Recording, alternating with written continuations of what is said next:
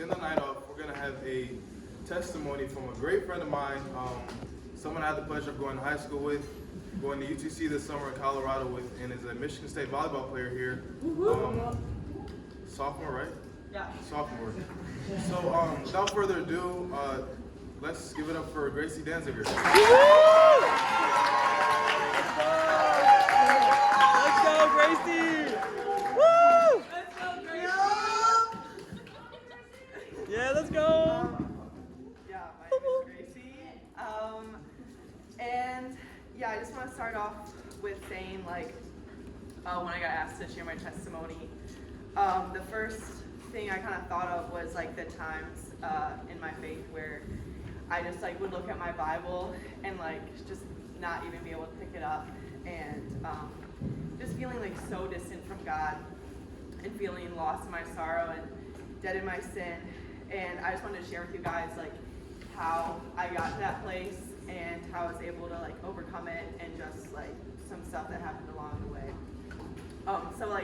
So similar to Hannah, like as I was thinking about major things in my life that have happened, like 3 C's kind of defines it. So there's COVID, college, and conference. And starting off with COVID, everything was like taken away from all of us. Like we had no sports and no friends. And I just remember like during that time, like thinking, okay, like I've been a Christian my whole life. I'm just gonna like pick up the Bible and see what it has to say, because I don't know what it says. And I started in Genesis and like read Exodus and all these like Old Testament books, and I didn't really like understand them or find a lot of meaning like from them specifically, but the Lord just used that to start this spark in me, and it felt like I was being reminded of a truth that I already knew. Like it just felt like it was truth that like Jesus is the Son of God and He loves me and He walked this earth. And so at that time, like I was still living for the world and myself and my friends, but I was just like started to grow my faith more. And all of a sudden, I met a bunch of Christians, and they just were living differently, and they had this joyfulness about them, and this way that they loved each other, and I just wanted what they had. And so I started pursuing God, and He started pursuing me right back. And then that kind of leads into the second C, which is college. And as I got to college, like I thought I had laid this great foundation of faith for myself, and it turns out like as soon as there was hard times, like as soon as there was temptation and like uncomfortableness, like my faith just kind of crumbled, and I learned like, wow, how weak I was and how weak my faith was. And I started struggling with just a lot of different sins. And like reflecting back on it, I think that it all just stemmed from wanting to feel loved and wanting to feel accepted. And I just wanted to get that from everything else other than God, like just putting everything else before Him and wanting to find my satisfaction in that. So yeah, I was just like getting drunk every weekend. I was, so like before COVID, I was really struggling like with sexual sin.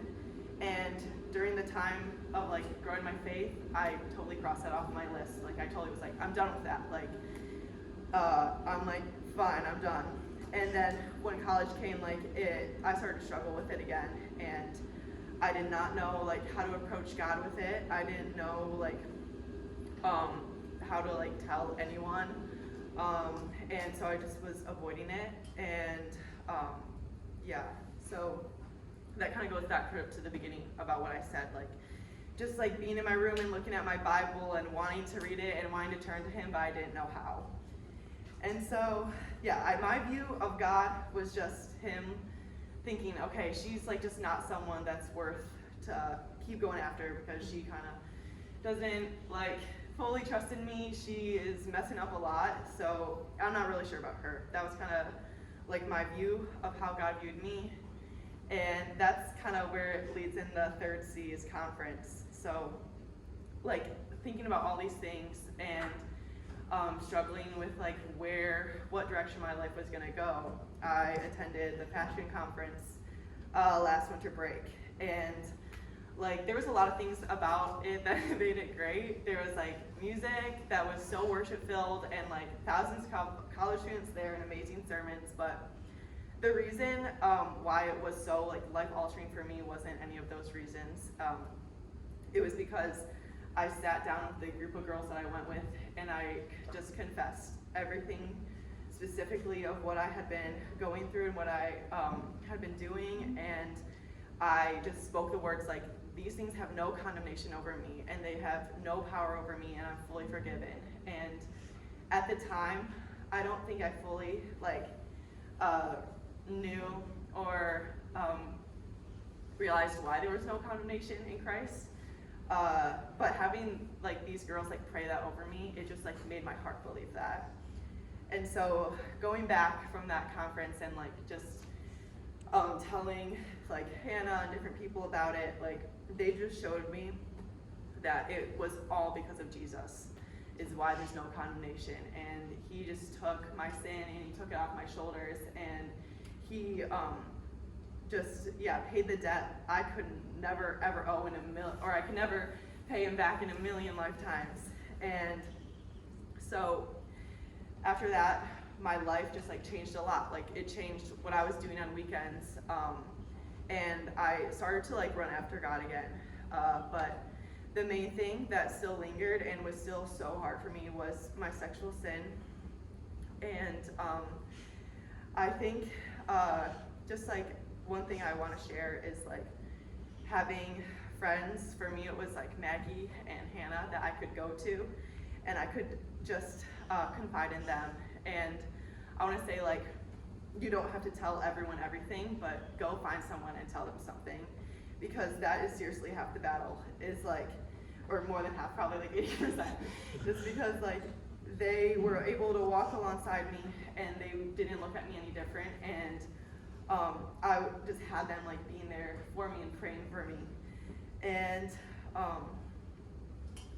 so yeah, one thing that Hannah said through all of that was, even just being in the fight is a victory, and feeling that kind of conviction and working through it is like counted as a win. And so I just want to like encourage you all to stay in that fight and keep taking steps towards God, because as soon as you take one step toward him, he's just gonna run after you.